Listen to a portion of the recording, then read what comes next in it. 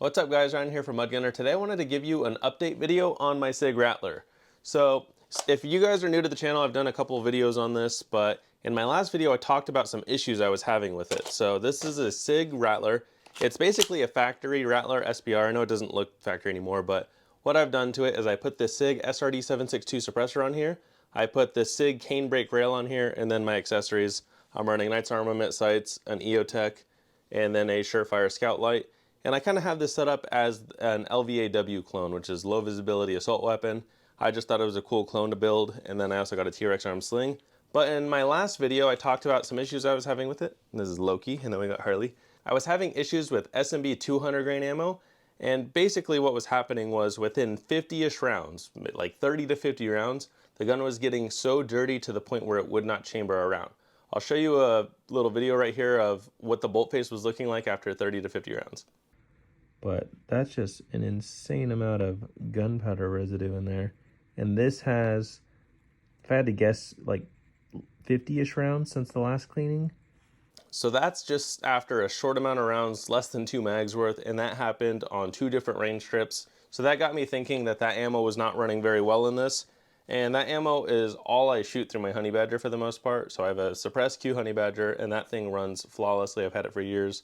I've ran thousands of rounds of the 200 grain SMB ammo, and I wanted to run that through this. But after those 2 experiences, I was really discouraged from using it. So I talked about doing a video update on running this gun with other ammo.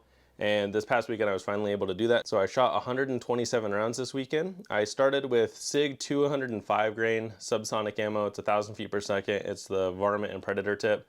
And I shot 20 rounds of that. And as far as most of the ammo, it was all on the plus gas setting, so higher gas setting. And yeah, we did 20 rounds of the Sig ammo, which I'll show you right here.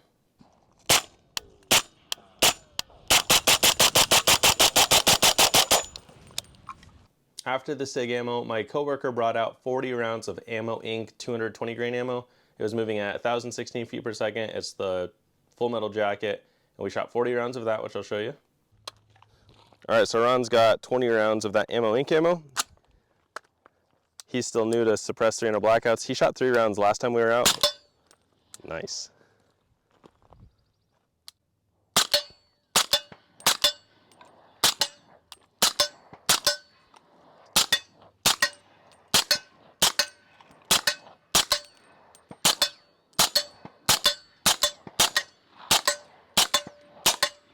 But that's running smooth. I'm gonna look at the bolt face.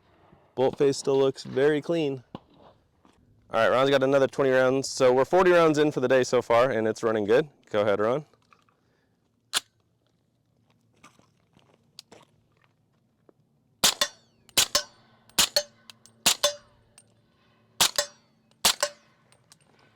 .300 Blackout hits with so much force.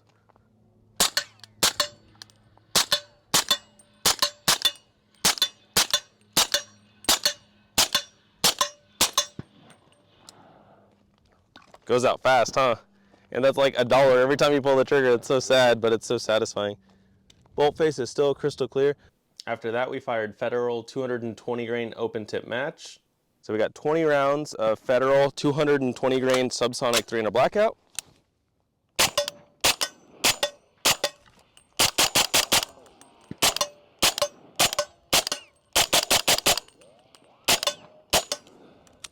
That is stupid quiet. We also shot Hornady 208 grain AMAX Subsonic. So this is 208 grain AMAX 300 Blackout.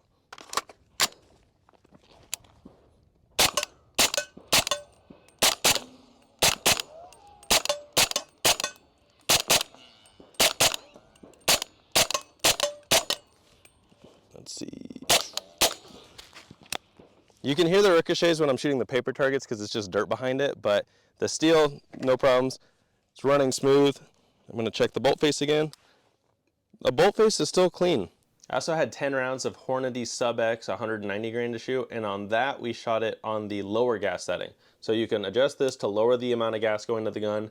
It still cycled, it just didn't have as much gas, but it felt pretty smooth to shoot, so I'll show you that right now. This is just 10 rounds. It's on the lower setting, and let's see if there's a recoil impulse difference. No, it feels the exact same.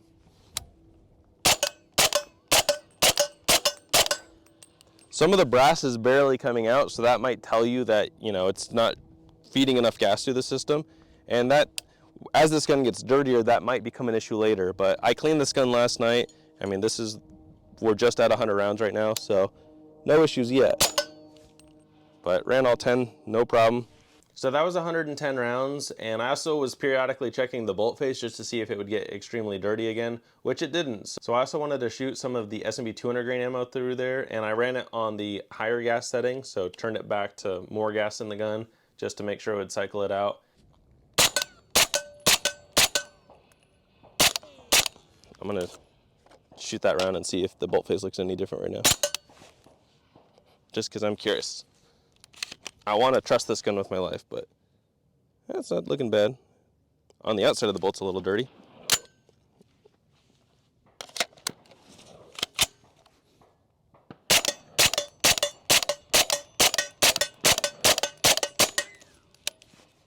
And I had 18 rounds of that to shoot through it, and no issues with it. And as of right now, the gun is not looking too bad, but I think my plan is, that was 127 rounds for this weekend. Not a lot of ammo, but that's a lot of money worth of 300 blackouts. So I'm gonna take this out again without cleaning it or oiling it, and I'm gonna see how it runs with other ammo that I have to try out.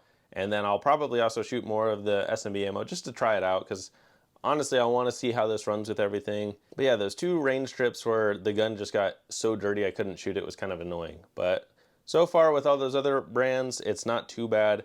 I'd say right now it's a little bit dirtier just because I ran 18 rounds of the S&B ammo, but it's probably not going to be an ammo that I can run through it consistently. So if you own something like this or are planning on buying the Sig Rattler, I would probably stay away from S&B ammo, at least for mine. But again, I run it in my Honey Badger, and my Honey Badger has had zero issues with that round.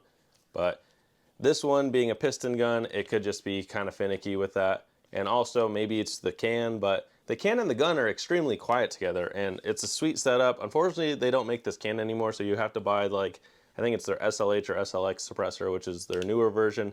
I don't have any experience with that, but I really like the Sig SRD 762.